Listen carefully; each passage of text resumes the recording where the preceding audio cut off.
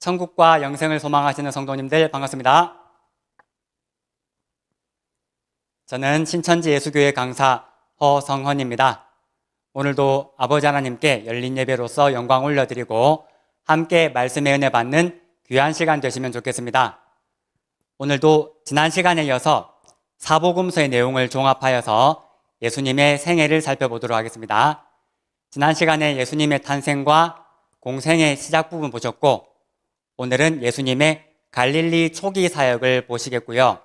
사복음서를 종합하여서 사건에 일어난 흐름을 따라서 살펴보도록 하겠습니다. 우리의 구원자이시자 하나님의 아들이신 예수님께서는 하나님께서 구약에 약속하신 대로 이 땅에 오셔서 생애를 살아가시고 약속대로 죽으시고 부활하셨습니다. 그래서 저희들은 히브리서 3장 1절 말씀과 같이 오늘도 말씀을 묵상함으로써 예수님을 더욱더 깊이 생각하고 예수님에 대한 마음과 믿음을 키워나가는 귀한 시간 되시면 좋겠습니다. 지난 시간 보신 내용 잠깐 살펴보시면 예수님께서는 처녀 마리아의 몸에서 나시고 베들레헴에서 태어나셨습니다. 이 모든 것들은 하나님의 약속을 이루어 가시는 과정이었고, 또 헤롯이 죽이려고 했기 때문에 애굽으로 피난 갔다가 오시는 일도 있었습니다. 그리고 예수님이 공생애를 시작하시던 30살 되실 무렵에 말라기 3장 1절의 말씀을 이루시기 위해서 세례 요한에게 세례를 받는 장면도 보셨습니다. 그리고 마귀에게 시험을 받으시고 말씀으로 싸워서 이기시고 예수님의 제자들을 부르시는 장면까지 보셨습니다. 오늘은 예수님께서 처음으로 갈릴리 가나에서 혼인잔치에서 이적을 베푸시던 장면 함께 살펴보도록 하겠습니다. 요한복음 2장 1절부터 3절까지 함께 읽겠습니다. 요한복음 2장 1절로 3절. 사흘 되던 날에 갈릴리 가나에 혼인이 있어 예수의 어머니도 거기 계시고 예수와 그 제자들도 혼인의 청함을 받았더니 포도주가 모자란지라 예수의 어머니가 예수에게 이르되 저희에게 포도주가 없다 하니 아멘. 아멘. 잘 읽으셨습니다. 갈릴리 가나에 혼인잔치가 있었습니다. 예수님과 어머니 마리아, 제자들도 청함을 받았습니다. 예수님 여기 계시죠? 그런데 혼인잔치에 중요한 포도주가 떨어진 것이죠. 그래서 예수님의 어머니가 예수님에게 포도주가 없다 하고 알려주십니다. 그때 예수님의 말씀은 여자여 나와 무슨 상관이 있나이까 내 때가 아직 이르지 못하였습니다. 여기서 말하는 여자는 어머니를 높여 부르는 존칭이 되겠습니다.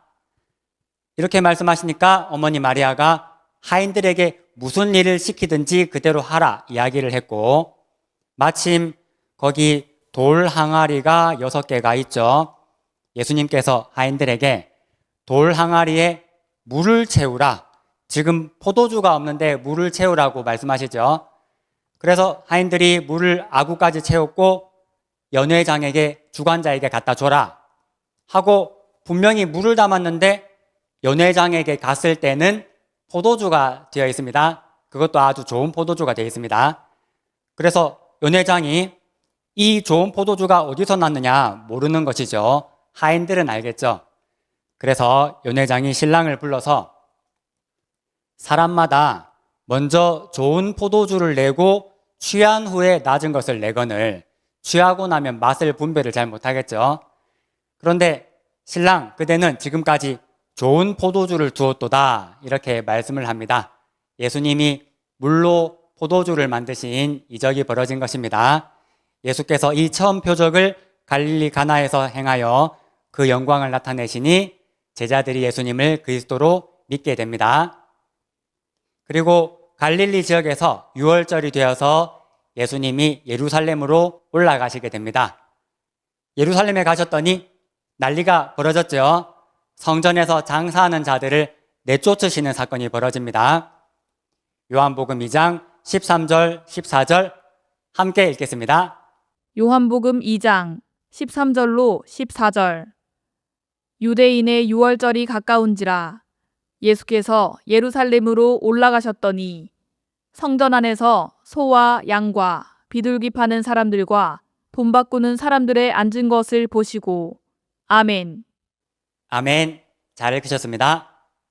유대인의 유월절이 가까운지라 예수님께서 갈릴리 지역에서 예루살렘으로 올라가셨습니다. 이스라엘 지도를 보시면요. 북쪽에 갈릴리 호수가 있고 요단강이 있고 사해 바다가 있고요. 예수님이 자라나셨던 갈릴리, 나사렛이 있던 곳이죠. 북쪽 지방입니다. 그리고 예루살렘이 있는 곳은 남쪽에 있습니다. 유대 지역에 있습니다. 예루살렘. 이 중간 지역을 사마리아라고 부릅니다.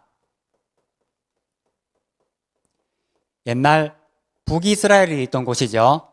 그런데 유대 사람들은 사마리아 사람들이 인종이 섞였다고 해서 아주 멸시하고 말도 하지 않았습니다.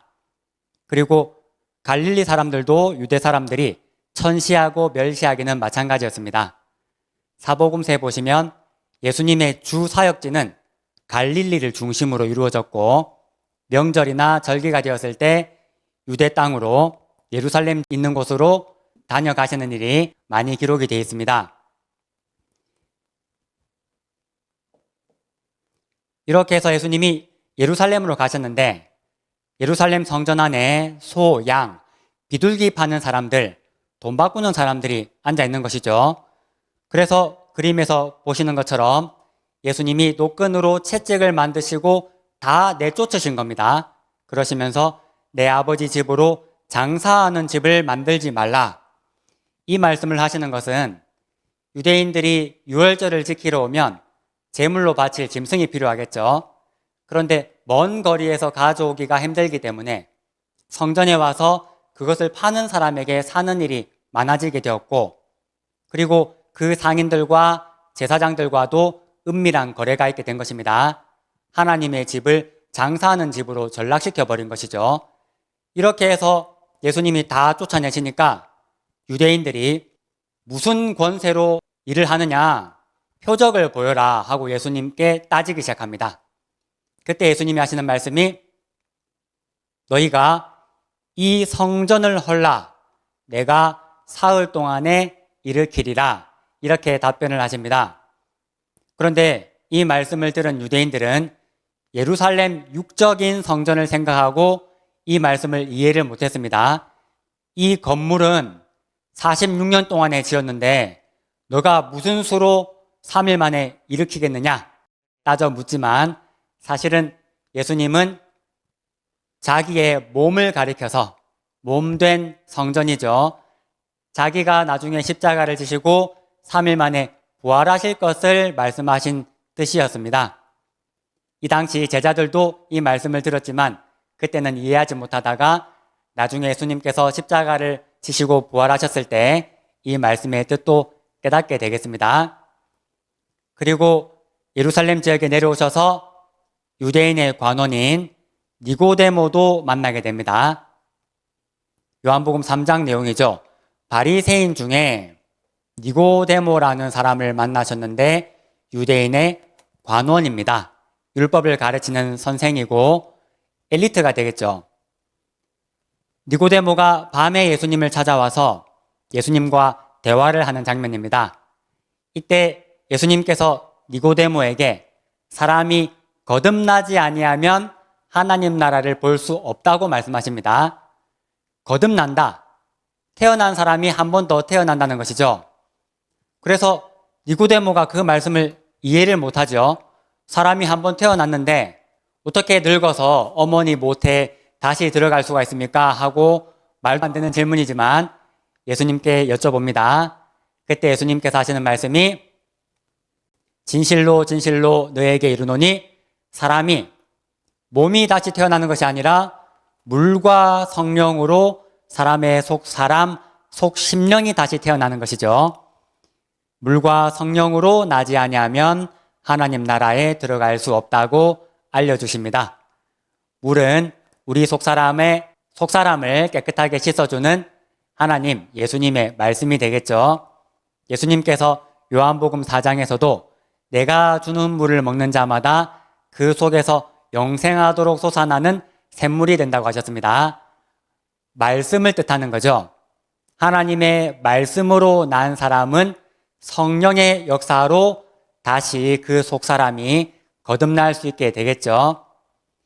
또한 요한복음 3장에서 니고데모와의 대화 중에서 예수님께서 하나님이 예수님을 보내신 이유, 하나님이 세상을 이처럼 사랑하시기 때문에 독생자를 주셨고 죄인들을 구원하시고자 하신다. 그리고 영생을 얻게 하려 하신다 하는 것을 또한 알려주셨습니다. 예수님을 믿으면 구원받을 수가 있는 것이죠. 반대로 예수님을 믿지 않으면 믿지 않는 그 자체가 죄가 되고 심판을 받는다고 또한 말씀하셨습니다.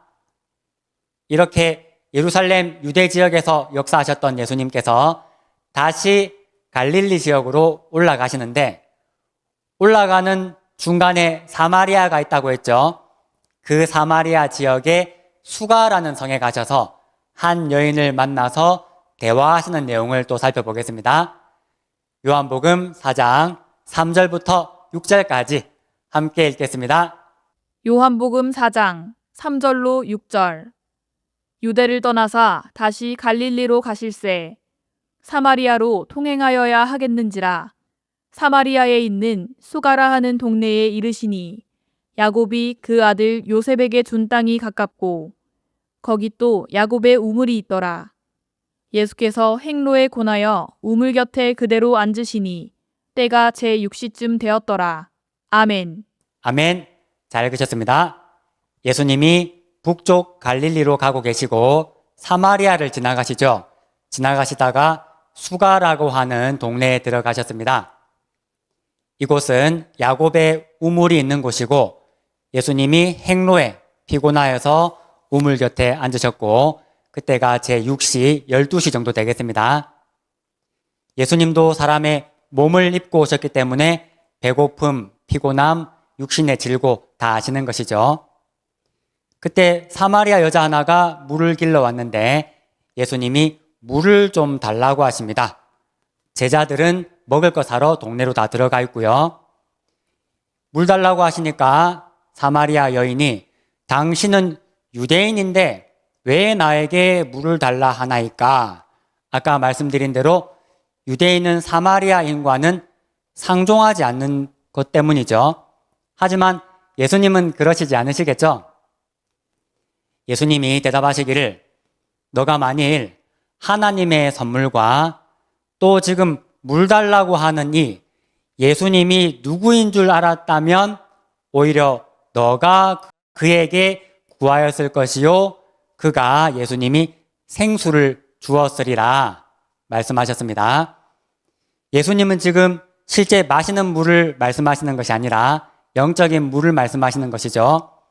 하지만 아직 사마리아 여자는 육적으로만 생각하고 주여 물기를 그릇도 없고 우물은 깊은데 어디서 생수를 얻겠습니까? 그리고 우리 조상 야곱이 이 우물을 주었고 다 먹게 했는데 당신은 야곱보다 더 큰 사람입니까? 예수께서 대답하시기를 이 물을 먹는 자마다 다시 목마르겠지만 내가 주는 물을 먹는 자는 영원히 목마르지 않을 것이다. 그 속에서 영생하도록 솟아나는 샘물이 되겠다 말씀하시고 그런 여자가 주여 이런 물을 내게 주사 목마르지도 않고 또 물 길러 오는 거 너무 힘들고 어려운 일이죠. 아직까지 사마리아 여자는 마시는 육적인 물로 생각하고 있습니다. 예수님께서 뜬금없이 남편을 불러오라 말씀하시니까 여자가 나는 남편이 없나이다. 그때 예수님이 그래 남편 없다는 말이 옳도다. 너에게 남편 5명이 있었는데 지금 있는 자도 너의 남편이 아니니 너의 말이 참되다. 여자가 말하지도 않은 것을 예수님이 다 알고 말씀하시는 것이죠. 이 말을 듣고 사마리아 여자가 아, 이분은 보통 사람이 아니구나. 선지자로소이다. 하고 예수님께 말씀하면서 화제를 바꿉니다. 우리 조상들은 이 산에서 예배하였는데 당신들, 유대인들 말하는 것이죠. 당신들의 말은 예배할 곳이 예루살렘에 있다 하더이다. 어디서 예배를 드려야 되느냐? 예수님께 질문을 했습니다. 예수님께서 대답하시기를 여자여 내 말을 믿으라. 이 산에서도 말고 예루살렘에서도 말고 너희가 아버지께 예배할 때가 이르리라. 너희는 알지 못하는 것을 예배하고 우리는 아는 것을 예배하노니 이는 구원이 유대인에게서 남이니라. 예배하는 물리적인 장소가 중요한 것은 아니겠죠. 어디서 예배하든지 예수님 안에서 예수님의 말씀을 따라서 예배를 드려야 되겠죠. 참 예배를 드려야 되겠습니다. 이 말씀을 하시고 아버지께 참으로 예배하는 자들은 신령과 진정으로 예배할 때가 온다. 신령과 진정으로 우리의 영이 하나님의 영 안에서 그리고 진리의 말씀 안에서 예배할 때가 오나니 곧 예수님이 오신 이때가 되겠죠. 하나님은 이렇게 자기에게 예배하는 자들을 찾으시느니라. 하나님은 영이시니 예배하는 자가 신령과 진정으로 예배할지니라. 이렇게 답을 하셨습니다. 이렇게 말씀하시니 여자가 가로되 메시아가 올 것이라는 것을 알고 있습니다. 메시아 곧 그리스도라고 하는 이가 오실 줄을 내가 아노니 그가 오시면 모든 것을 우리에게 고하시리이다. 예수님이 내가 곧 메시아 그리스도다 말씀하셨습니다. 그 뒤의 내용을 보시면 그 말을 깨달아 믿은 여인은 물동이를 버려두고 자기 동네로 들어가서 사마리아 사람들을 전도하고 많은 사람들이 예수님을 또 믿게 되겠습니다. 방금 대화하신 내용을 영적으로 또 살펴본다면 이 여인은 신랑 되신 예수님을 기다리는 우리 성도의 입장이 될 것이고 이 여인에게 있었던 5 남편은 씨를 주는 존재죠. 씨와 같은 말씀을 주는 목자가 과거에 따르던 사람이 5명이 있었고 지금도 한 목자를 섬기고 있다는 뜻이 되겠죠. 하지만 참 남편, 참 신랑은 하나님이 보내신 참 목자인 그리스도 예수님이 되겠죠. 이처럼 우리도 하나님의 말씀을 따라서 하나님의 인도하심을 따라서 우리의 참 신랑, 참 목자, 참 남편이신 그리스도 예수님을 만난 줄로 믿습니다. 이어서 예수님이 사마리아 지방을 지나서 갈릴리로 올라오셨습니다. 갈릴리 가나에 오셨을 때 왕의 신하 한 사람이 와서 자기 아들이 병들어 죽게 되었으니 고쳐달라고 예수님께 부탁을 합니다. 요한복음 4장 46절에서 47절 말씀 함께 읽겠습니다. 요한복음 4장 46절로 47절. 예수께서 다시 갈릴리 가나에 이르시니 전에 물로 포도주를 만드신 곳이라. 왕의 신하가 있어 그 아들이 가버나움에서 병들었더니 그가 예수께서 유대로부터 갈릴리에 오심을 듣고 가서 청하되 내려오셔서 내 아들의 병을 고쳐주소서 하니 저가 거의 죽게 되었음이라. 아멘. 아멘. 잘 읽었습니다. 예수님이 첫 이적을 베푸셨던 갈릴리 가나 지역에 오시니 왕의 신하가 와서 자기 아들이 죽게 되었으니 와서 고쳐달라고 합니다. 예수님을 믿었다기보다는 예수님의 이적을 바라고 온 것이죠. 그래서 예수께서 가라사대 너희는 표적과 기사를 보지 못하면 도무지 믿지 아니하리라. 신하가 주여 내 아이가 죽기 전에 내려오소서. 예수님이 오시기를 바랬지만 예수님께서는 가라 너의 아들이 살았다 말씀하셨습니다. 그래서 이 왕의 신하는 예수님의 그 말씀을 믿고 가다가 종들을 만났는데 아이가 살았다고 하는 거죠. 그래서 그 살아난 때를 물으니 제7시에 열기가 떨어졌나이다. 우리 시간으로 하면 오후 1시 정도 되겠습니다. 그래서 아비가 예수께서 너의 아들이 살았다고 말씀하신 그때인 줄을 알고 자기도 온 집도 다 예수님을 믿게 되었습니다. 2000년 전 예수님이 처음 이 땅에 오셨을 때 밤과 같은 어두운 심령들에게 자신이 하나님의 아들 메시아임을 보여줄 수 있는 증거가 필요했던 것이죠. 그 중에 한 가지 방법으로 사용하셨던 것이 이적과 표적이었습니다. 예수님께서 베푸시는 이적과 표적을 보고 많은 사람들이 몰려오면 예수님께서 또 천국의 말씀을 전하셨던 것이죠. 하지만 예수님의 그 큰 표적과 이적도 천국 복음을 듣지 않는 서기관, 바리새인들과 같은 유대 목자들에게는 아무 소용이 없었습니다. 그리고 오늘날은 2000년 전과는 상황이 다르죠. 오늘날은 온 세계에 예수님께서 그리스도라는 것이 다 잘 알려져 있기 때문에 지금은 예수님의 말씀을 전하는 것과 말씀을 지키는 것이 더 중요한 때가 되겠습니다. 이어서 예수님께서 자라나셨던 나사렛 지방에 가셔서 회당에서 가르치시는데 오히려 예수님께서 자라나신 나사렛 지방 사람들은 예수님을 믿지 않고 예수님을 죽이고자 하는 일까지 있게 됩니다. 그래서 예수님은 선지자가 고향에서 환영받는 일이 없다. 그런 말씀도 하셨죠. 그리고 예수님께 세례를 베풀었던 세례 요한이 잡혔음을 들으시고 갈릴리 가버나움으로 가시면서 본격적으로 하나님의 복음을 증거하는 일을 시작하시게 됩니다. 이 내용 마태복음 4장 12절에서 13절 말씀 함께 읽도록 하겠습니다. 마태복음 4장 12절로 13절.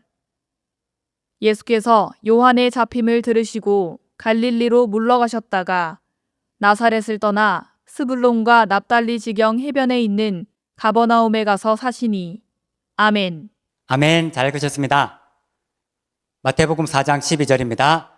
예수께서 세례 요한의 잡힘을 들으시고 갈릴리로 물러가셨다가 나사렛을 떠나 스불론과 납달리 지경 해변에 있는 가버나움으로 가셨습니다. 길예비 사자였던 세례 요한이 잡히시고 나서 본격적으로 예수님께서 주 활동 무대였던 갈릴리 지역 가버나움으로 옮기셨습니다. 이는 선지자 이사야로 하신 말씀을 이루려 하심이라 구약의 예언이 이루어지는 것인데요. 스불론 땅과 납달리 땅과 요단강 저편 해변길과 이방의 갈릴리여 흑암에 앉은 백성이 큰 빛을 보았고 사망의 땅과 그늘에 앉은 자들에게 빛이 비추었도다. 갈릴리 지역에서 빛이 비칠 것이라는 이사야서 9장 1절부터 2절까지의 말씀이 이루어지는 것입니다. 이 빛은 문자적인 빛을 말하는 게 아니겠죠. 말씀 안에 빛이 있고 예수님이 자기 자신을 두고 요한복음 12장 46절에서 세상의 빛이라고 하신 것입니다. 예수님의 말씀의 빛이신 예수님께서 갈릴리에서 역사하실 것을 약속한 말씀이 이루어진 것이 되겠습니다. 그래서 예수님이 이때부터 비로소 전파하여 가라사대 회개하라 천국이 가까웠느니라 하시면서 회개할 것을 알리시면서 회당에서 말씀을 가르치시고 많은 병자들을 병을 다 고쳐주셨습니다. 이 병 고치는 일 또한 예수님께서 구약의 예언을 이루시는 일 중에 하나였습니다. 이는 선지자 이사야로 하신 말씀에 우리 연약한 것을 친히 담당하시고 병을 짊어지셨도다 하는 이사야 53장 4절 말씀이 이루어진 것이 되겠습니다. 그리고 사복음서 내용을 이어서 보면 예수님께서 가버나움에 있던 베드로의 장모의 열병을 고치는 내용도 나옵니다. 베드로의 집에 들어가사 장모가 열병에 걸린 것을 보시고 손을 만지시니 열병이 떠나가고 여인이 일어나서 예수께 수종들었습니다. 그림을 보시면 베드로의 장모님 치고는 좀 젊어 보이시지만 아무튼 장모님이십니다. 그리고 예수님이 지붕을 뚫고 내려온 중풍병자의 병을 고치시는 장면도 이어집니다. 마가복음 2장 1절부터 3절까지 말씀 함께 읽겠습니다. 마가복음 2장 1절로 3절. 수일 후에 예수께서 다시 가버나움에 들어가시니 집에 계신 소문이 들린지라 많은 사람이 모여서 문 앞에라도 용신할 수 없게 되었는데 예수께서 저희에게 도를 말씀하시더니 사람들이 한 중풍병자를 네 사람에게 메워 가지고 예수께로 올세. 아멘. 아멘. 잘 읽었습니다. 예수님이 가버나움에 계실 때 많은 사람이 모여서 문 앞에도 꼼짝 못할 만큼 사람들이 많이 모였습니다. 그때 한 중풍병자를 네 사람이 들것에 실어서 데리고 오는데 들어갈 수가 없죠. 그래서 지붕을 뜯어서 구멍을 내고 중풍병자를 예수님께로 보냅니다. 예수님이 저희의 믿음을 보시고 중풍병자에게 소자야, 너의 죄가 사함을 받았다 말씀하셨습니다. 마침 이 자리에 있던 서기관들이 마음에 의논하기를 이 사람이 참람하다, 분수가 지나치다, 하나님 외에 누가 죄를 사하겠는가 이렇게 생각하는 것을 예수님이 다 아시겠죠. 그래서 말씀하시기를 중풍병자에게 죄 사함을 받는 문제가 병 고치는 문제보다 훨씬 중요한 문제가 되겠죠.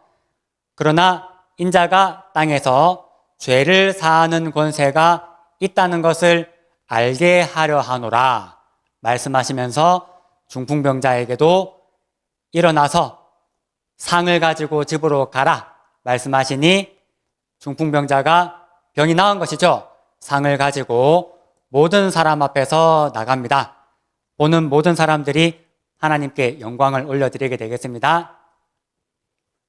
이어서 마태복음의 저자인 예수님의 12제자 중에 한 명인 마태가 예수님께 부름받는 장면입니다. 마태복음 9장 9절에서 10절 말씀 함께 읽겠습니다. 마태복음 9장 9절로 10절. 예수께서 거기서 떠나 지나가시다가 마테라 하는 사람이 세관에 앉은 것을 보시고 이르시되 나를 쫓으라 하시니 일어나 쫓으니라. 예수께서 마태의 집에서 앉아 음식을 잡수실 때에 많은 세리와 죄인들이 와서 예수와 그 제자들과 함께 앉았더니 아멘. 아멘. 잘 읽었습니다. 예수님이 지나가시다가 마태가 세관에 앉은 것을 보고 나를 쫓으라 하시니 일어나서 쫓았습니다. 베드로도 안드레도 야고보 요한도 예수님께서 부르실 때 바로 따라갔죠. 이처럼 저도 여러분도 하나님과 예수님이 부르실 때 언제든지 바로 쫓을 수 있는 마음의 준비가 되면 좋겠습니다. 그리고 예수님이 마태의 집에 앉아서 음식을 잡수시는데 세리와 죄인들이 와서 함께 앉았습니다. 당시 유대인들은 창기와 함께 세리를 아주 멸시했습니다. 세금을 걷어서 로마로 바치는 일을 하기 때문에 그 중에서 부정한 방법으로 부를 축적하는 세리들도 많이 있었습니다. 그래서 유대 교권주의자들, 바리새인들이 보고 제자들에게 너희 선생 예수는 세리와 죄인들과 함께 잡수시느냐?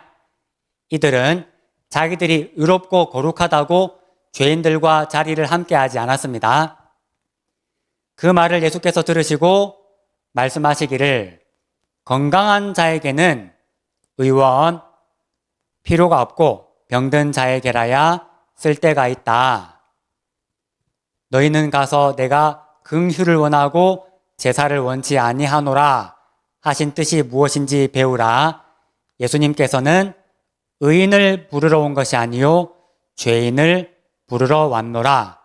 자기들이 의롭다고 생각하고 거룩하다고 생각하고 교만했던 이런 사람들을 부르러 온 것이 아니고 비록 죄 많고 허물 많지만 자기의 죄를 자복하고 하나님과 예수님의 도우심을 구하고 구원해 주심을 바라는 이렇게 낮아지는 사람을 예수님께서 찾으러 오셨던 것이죠. 이처럼 저도 여러분도 하나님 앞에서 예수님 앞에서 낮아지고 겸손하고 잘못을 자복하면서 도우심을 바라는 신앙인이 되시면 좋겠습니다.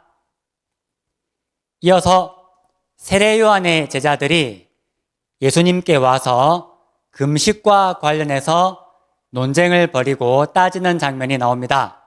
마태복음 9장 14절과 15절 말씀 함께 읽겠습니다. 마태복음 9장 14절로 15절. 그때에 요한의 제자들이 예수께 나와 가로되 우리와 바리새인들은 금식하는데 어찌하여 당신의 제자들은 금식하지 아니하나이까? 예수께서 저희에게 이르시되 혼인집 손님들이 신랑과 함께 있을 동안에 슬퍼할 수 있느뇨. 그러나 신랑을 빼앗길 날이 이르리니 그때에는 금식할 것이니라. 아멘. 아멘. 잘 읽으셨습니다. 세례 요한의 제자들이 예수님께 와서 우리와 바리새인들은 금식하는데 어찌하여 예수님 당신의 제자들은 금식하지 않습니까? 하고 따지고 논쟁이 벌어지는 상황입니다. 세례 요한이 자기 제자들에게 예수님이 어떠한 분이라는 것을 제대로 가르쳤다면 자기 제자들이 예수님께 따지러 오는 이런 일은 없었겠죠.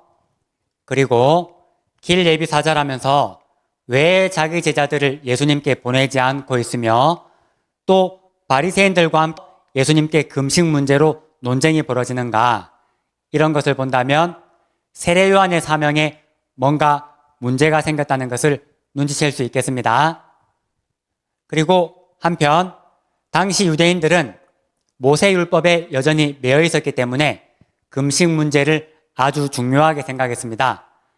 하지만 그들도 금식할 때 혼인잔치가 있을 때는 예외적으로 금식하지 않아도 되었습니다. 예수님께서 말씀하시기를 혼인집 손님들이 신랑과 함께 있을 동안에 슬퍼할 수 있겠느냐. 신랑은 신랑 되신 예수님을 말씀하시죠. 혼인집 손님들은 예수님의 제자들을 말씀하시는 것입니다. 신랑 되신 예수님이 함께 하시기 때문에 영적인 금식이든 육적인 금식이든 하지 않아도 되는 것이죠. 하지만 신랑을 빼앗길 날이 있다. 예수님이 십자가를 지시는 사건을 말씀하시는 것입니다. 그때는 다 슬퍼했던 것입니다. 이렇게 답변을 해 주셨습니다. 이어서 예수님께서 38년 된 병자를 고치시는 장면, 안식일에 병을 고치시고 유대인들과 언쟁이 벌어지게 되시는데 요한복음 5장 1절부터 5절까지 함께 읽도록 하겠습니다. 요한복음 5장 1절로 5절. 그 후에 유대인의 명절이 있어 예수께서 예루살렘에 올라가시니라. 예루살렘에 있는 양문 곁에 히브리 말로 베데스다라 하는 못이 있는데 거기 행각 5이 있고 그 안에 많은 병자, 소경, 절뚝발이, 혈기 마른 자들이 누워 물의 동함을 기다리니 이는 천사가 가끔 못에 내려와 물을 동하게 하는데 동한 후에 먼저 들어가는 자는 어떤 병에 걸렸든지 낫게 되밀어라. 거기 38년 된 병자가 있더라. 아멘. 아멘. 잘 읽었습니다. 예수님께서 예루살렘에 가시니 거기 베데스다라고 하는 못, 연못이 있었고요. 거기 병자들이 많이 모여 있는데 천사가 가끔 물을 동하게 하면 먼저 들어가는 사람은 병이 나았다고 합니다. 거기에 38년이나 된 병자가 있었습니다. 예수님이 그 병자를 찾아가셔서 너가 낫고자 하느냐? 병자가 대답하되 물이 동할 때 나를 넣어줄 사람이 없어서 다른 사람이 먼저 내려갑니다. 이렇게 대답하니 예수님이 병을 고쳐주시죠. 그리고 자리를 들고 걸어가라 말씀하셨습니다. 그런데 그 병 고쳐주신 날이 안식일이었습니다. 유대인들은 안식일을 거룩하게 여겨서 율법을 지키는 입장에서 그날은 일을 하지 않았던 것이죠. 그런데 이 병 나은 사람이 자리를 들고 가는 것이 일하는 것이라고 그들에게 비판을 받게 됩니다. 그래서 이 병 고침 받은 사람이 나를 낫게 한 그 사람이 나를 자리를 들고 가게 했다. 그래서 유대인들이 그 사람 누구냐 물어보니까 이 병 나은 사람은 예수님을 몰랐던 것이죠. 예수님은 이미 자리를 비하셨습니다. 그랬는데 예수께서 성전에서 그 사람을 만나서 너가 나았으니 더 심한 것이 생기지 않도록 죄를 범치 말라 말씀하시니 굳이 또 이 사람이 유대인들을 찾아가서 나를 고쳐준 사람이 예수라고 알려준 것입니다. 그래서 유대인들이 예수님을 비판하기 시작합니다. 시비를 거는 것이죠.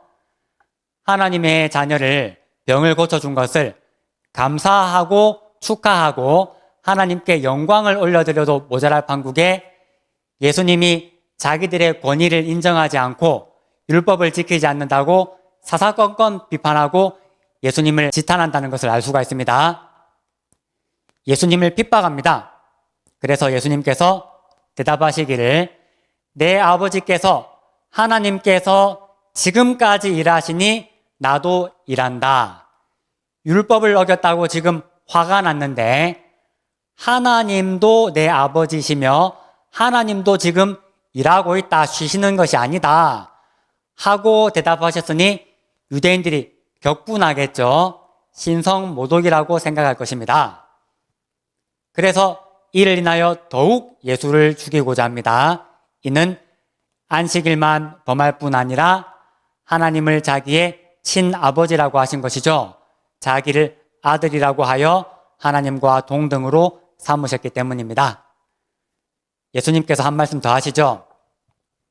진실로 진실로 너희에게 이르노니 아들이 아버지 하시는 일을 보지 않고는 아무것도 스스로 할 수 없나니 아버지께서 행하시는 그것을 아들도 그와 같이 행하느니라. 하나님은 지금 안식하시는 것이 아니라 아담 범죄 이후로 이 땅에서 떠나가신 하나님은 주기도문의 말씀과 같이 뜻이 하늘에서 이루어진 것처럼 땅에서 이루어지면 하나님의 나라가 이 땅에 임하시는 것이 목적이 되겠죠. 그래서 하나님께서는 시대마다 하나님의 나라를 이 땅에 창조하시기 위해서 일해오셨고 초림 때도 예수님을 통해서 일해오셨던 것입니다. 이처럼 유대인들은 이 말씀 깨닫지 못하고 예수님을 핍박했지만 우리는 예수님과 하나 되어서 하나님께서 오늘날 이 땅에서 이루어 가시는 하나님의 역사를 깨달아서 함께 동참하기 위해서 노력해야 될 줄로 믿습니다. 다음 시간에는 예수님께서 12제자들을 세우시고 또 그 제자들에게 산상수훈의 말씀을 교훈하시고 또 오병이어의 큰 이적을 베푸셨던 것을 함께 확인하도록 하겠습니다.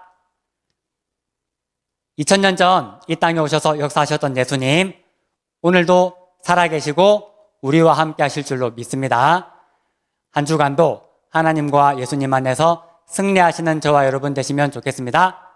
기도하고 마치도록 하겠습니다.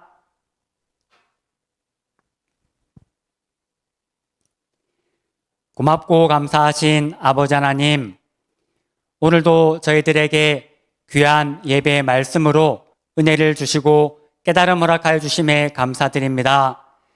저희들 사망에서 생명으로 인도해 주시고 천국 소망 허락하여 주심에 영원토록 감사드립니다.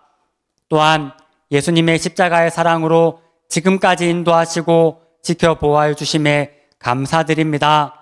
영원토록 아버지 하나님 영광 받아 주시고 아버지 하나님의 뜻과 목적 속히 이루어 주시옵소서.